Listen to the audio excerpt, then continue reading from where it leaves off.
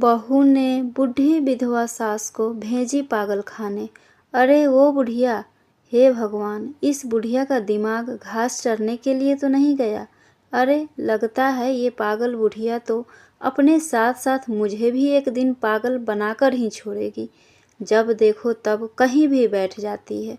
अभी अभी काम वाली बाई कमला ने पोछा लगाई है और आकर यहाँ हॉल में बैठ गई। ना जाने कहाँ कहाँ से घूम कर आई होगी और क्या क्या छू कर आई होगी। चल उठ बुढ़िया, यहाँ से जा और जाकर अपनी कोठरी में मर। तुझे मैंने कितनी बार कहा है कि मेरे इतनी साफ सुथरे घर में कदम भी नहीं रखना, लेकिन तू तो ढीठ हो गई है। तुझे कितना भी समझा लो कोई फर्क नहीं पड़ता। तभी सुलोचना जी ने बड़ी मासूमियत से कहा, बहू, उस कोठरी में जाने की इच्छा नहीं होती, बहुत गर्मी लगती है। मैं राहुल से इस बारे में कई बार बात करने की कोशिश की, लेकिन तुम हो कि ना ही मुझे कहने देती हो और ना ही तुम कहती हो। बहू, राहुल से कहकर जरा पंखा तो लगवा देना, नहीं तो मुझे ही कहने देना। इतना सुनना था कि सुमन गुस्से से आग बबूला हो गई और उनके बाल पकड़कर लगभग घसीटते हुए उनकी कोठरी की तरफ लेकर जाने लगी। जब सुलोचना जी ने बहू का हाथ अपने बालों से छुड़ाने की कोशिश की तो उसने उनके ऊपर थप्पड़ों की बरसात कर दी। सुलोचना जी तो वैसे भी रोज रोज बहू की जली कटी बातें सुन सुनकर धीरे धीरे डिप्रेशन में जाने लगी थी।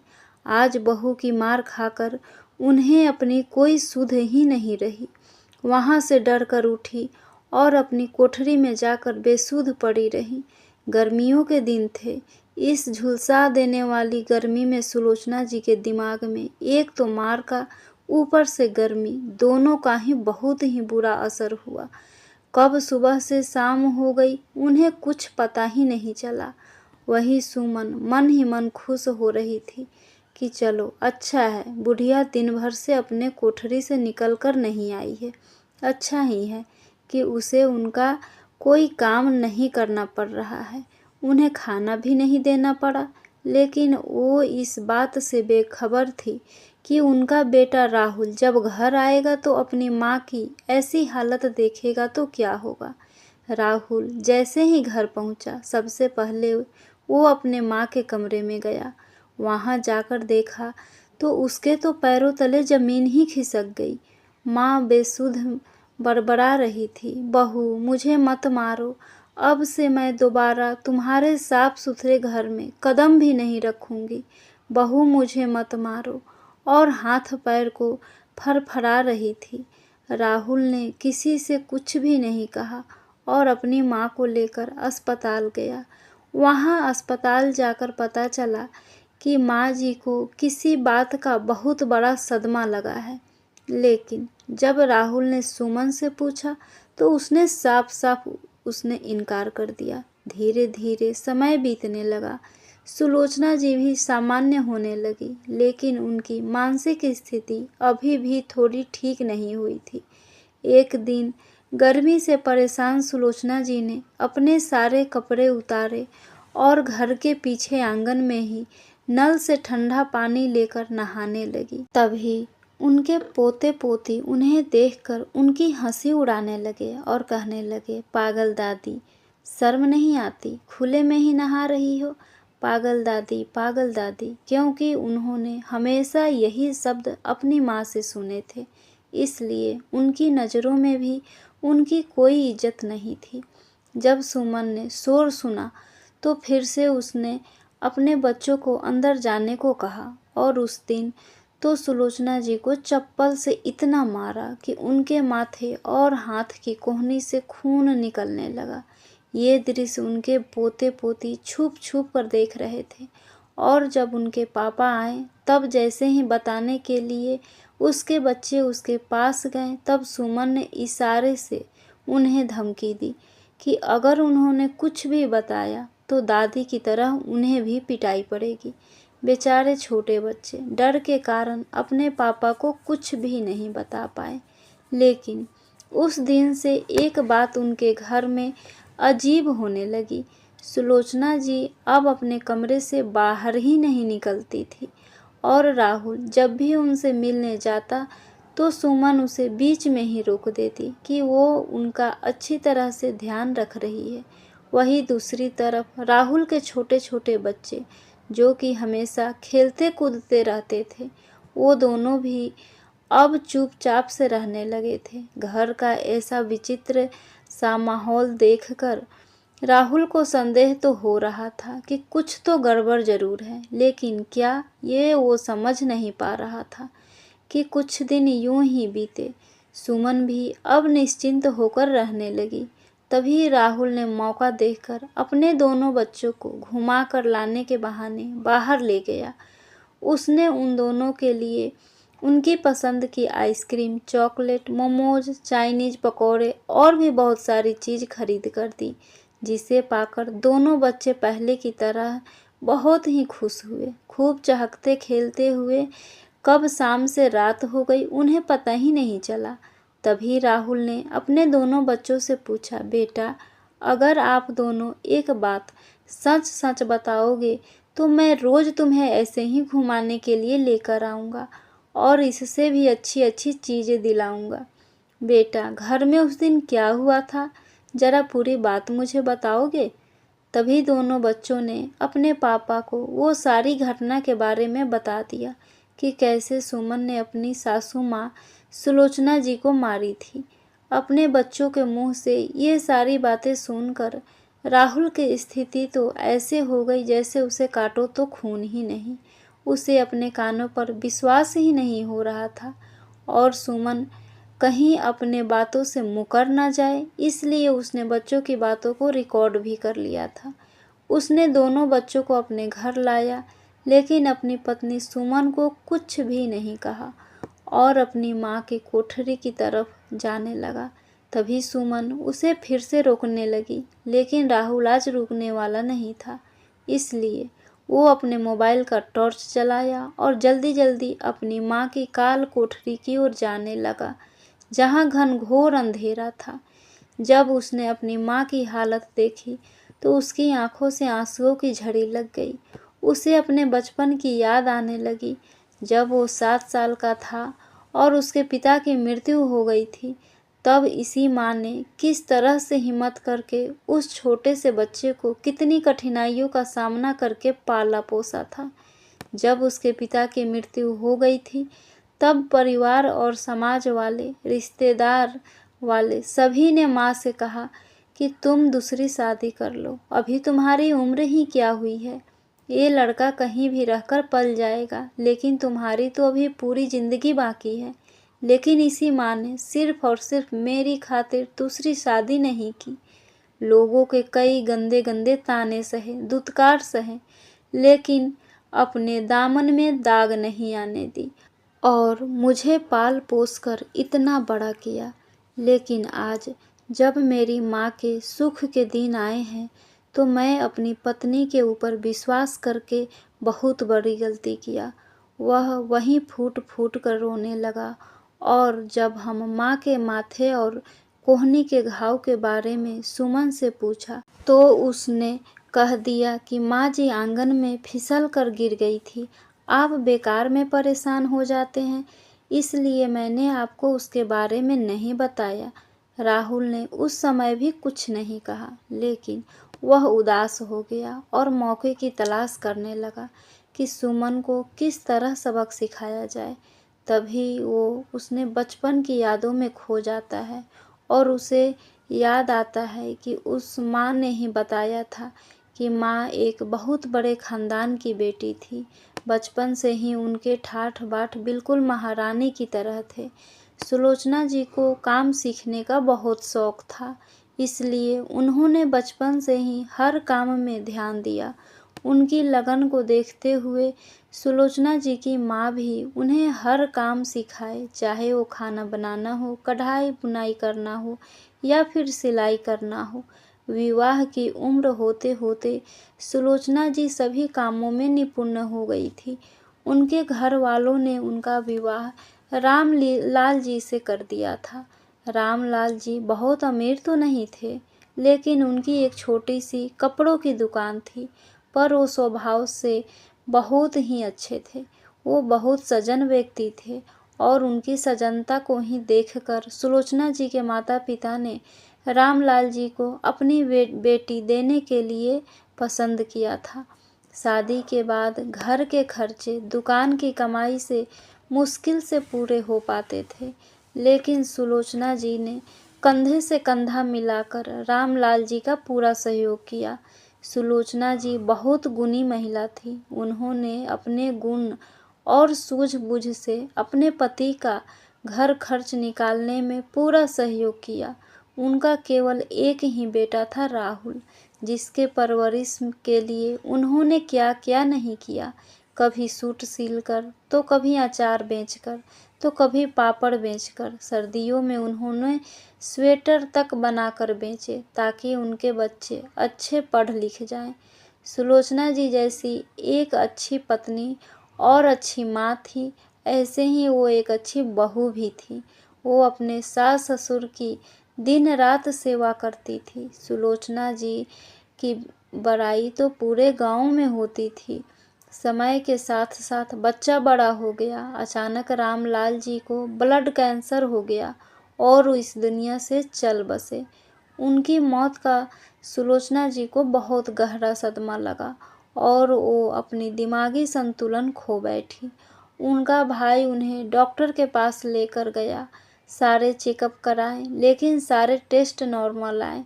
डॉक्टर ने उनके भाई से कहा कि माताजी को किसी बात से गहरा सदमा लगा है। तुम इनका अच्छे से ध्यान रखो, इनको खुश रहने की कोशिश करो, तो सब ठीक हो जाएगा। समय बीता और समय के साथ साथ सुलोचना जी ने भी अपने आप को मजबूत बनाया और हिम्मत जुटाकर फिर से मेहनत करने में जुट गई, ताकि उनके बेटे को अच्छी परवरिश और सुनहरा भविष्य मिल सके। फिर रामलाल जी की मौत के बाद उन्होंने अपने आप को मायूस नहीं होने दिया, बल्कि दुगुनी जोश के साथ उसने मेहनत किया ताकि वो अपने बेटे को ऊंचे पद पर बैठा सके और उसकी शादी की एक अच्छी लड़की से कर सके। बेटे के सुख के लिए उन्होंने अपने पति के मौत का दुख बर्दाश्त कर दिन रात मेहनत करने में जुट गई। लेकिन उन्हें क्या पता था कि बहू इतनी निकम्मी निकलेगी कि जीना ही हराम कर देगी। अब बहू ने ससुराल आने के बाद से ही ड्रामा करना शुरू कर दिया। राहुल के बहुत समझाने पर भी बहू के समझ में कुछ न आता। एक दिन राहुल बहुत परेशान हो गया और बाहर पार्क में चला गया और वो सोच रहा था कि आखिर क्या करे कि सुमन की अकल ठिकाने आ जाए। राहुल बहुत परेशान था कि तभी पार्क में उसे उसकी सास मिली। उन्होंने देखा कि राहुल काफ़ी देर से एकदम चुप बैठा है और वो किसी गहरी सोच में डूबा हुआ है। जब राहुल की सास ने पास जाकर पूछा तो राहुल ने उन्हें सारी बात बताई। अपनी माँ की हालत बताते हुए राहुल रोने लगा। अपनी बेटी की करतूत को सुनकर बहुत परेशान हुई और उन्होंने सुमन की अकल ठिकाने लगाने के लिए एक प्लान बनाया। उन्होंने राहुल से कहा कि राहुल बेटा, घर जाओ और घर जाकर सुमन से कहना कि कल तुम माँ को पागल खाने छोड़ने के लिए कह रही थी ना, तो कल ही माँ को पागल खाने छोड़ने के लिए चलेंगे। मैं माँ के बिना रह सकता हूँ, लेकिन सुमन तुम्हारे बिना नहीं रह सकता। और उसको यकीन दिला देना कि तुमने उसकी बात मान ली है। उसके आगे की सारी बात मैं देख लूँगी। बस तुम कल ठीक 11 बजे पहुँच जाना। अपनी बेटी की अकल ठिकाने मैं ही लगाऊंगी। पर मम्मी जी, मैं माँ को पागल खाने नहीं छोड़ सकता। मेरे सिवा उनका इस दुनिया में कोई नहीं है। तब राहुल की सास ने कहा, बेटा कल का इंतज़ार करो। बस तुम्हें ऐसा नाटक करना है कि जैसे तुम सच में अपनी माँ से परेशान हो गए हो। अब राहुल शाम को घर पहुंचा तो सुमन का मुंह फूला हुआ था। गुस्से में राहुल से बोली, मैं अपने मायके चली जाऊंगी। तो राहुल ने कहा कि सुमन, तुम्हें मायके जाने की कोई ज़रूरत नहीं है। कल हम माँ को पागल खाने छोड़ने के लिए चलेंगे। मैं भी इनसे तंग आ गया हूँ। राहुल ने जिस लहजे में ये बात सुमन से कही कि सच में राहुल अपनी माँ से दुखी हो गया हो। सुमन एकदम से खुश हो गई और राहुल से बोली, क्या तुम सच कह रहे हो? क्या हम सच में कल माँ जी को पागल खाना छोड़ने जाएंगे? राहुल ने हाँ में गर्दन हिला दिया। आज सवेरे सुमन बहुत जल्दी उठकर तैयार हो गई।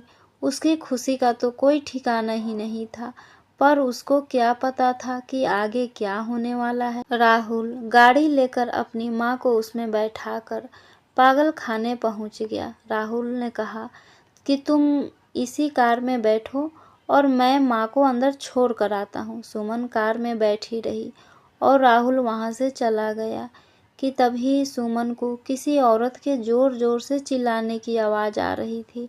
ना जाने सुमन को क्यों वह आवाज़ जानी पहचानी सी लग रही थी।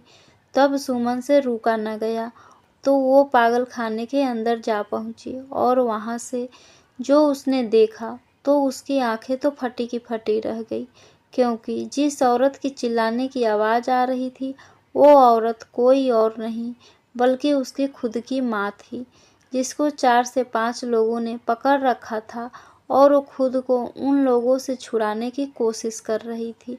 अपनी माँ की ये हालत देख सुमन से रहा नहीं गया। वो उन लोगों पर चिल्लाती हुई बोली कि छोड़ो मेरी माँ को, क्यों परेशान कर रहे हो इन्हें? इन्हें यहाँ कौन छोड़ कर गया और कब लाया इन्हें? उनमें से एक बोला कि ये पागल औरत है, इसके बहू और बेटा इसको यहाँ छोड़ गए हैं। सुमन की माँ ज़्यादा चिल्ला रही थी। तब एक आदमी ने उन्हें थप्पड़ मार दिया, जो सुमन से बर्दाश्त न हुआ और सुमन ने उस आदमी को उल्टा थप्पड़ मारा और अपनी माँ को उनसे छुड़ाकर बाहर ले आई कि सामने से उसे उसका भाई आता दिखाई दिया। सुमन उसको देखकर गुस्से से आग बबूला हो गई। उधर राहुल भी सुलोचना जी के साथ आ गया और सारा ड्रामा अपनी आंखों से देख रहा था। सुमन ने अपने भाई को खरी खोटी सुनानी शुरू कर दी। तेरी हिम्मत कैसी हुई मेरी माँ को यहाँ लाने की?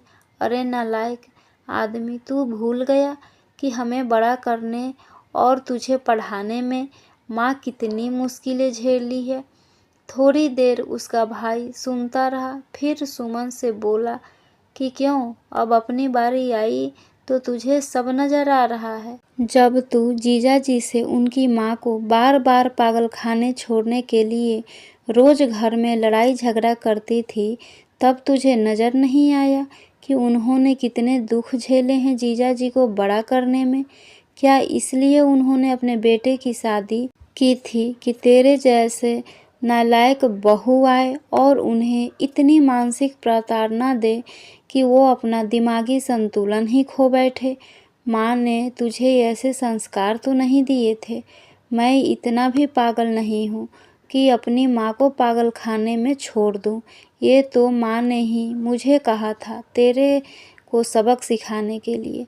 सुमन ने आश्चर्य से अपनी माँ की ओर देखा तो उसकी माँ ने कहा, जब मेरे ऊपर आई तो तू इतना गुस्सा हो गई?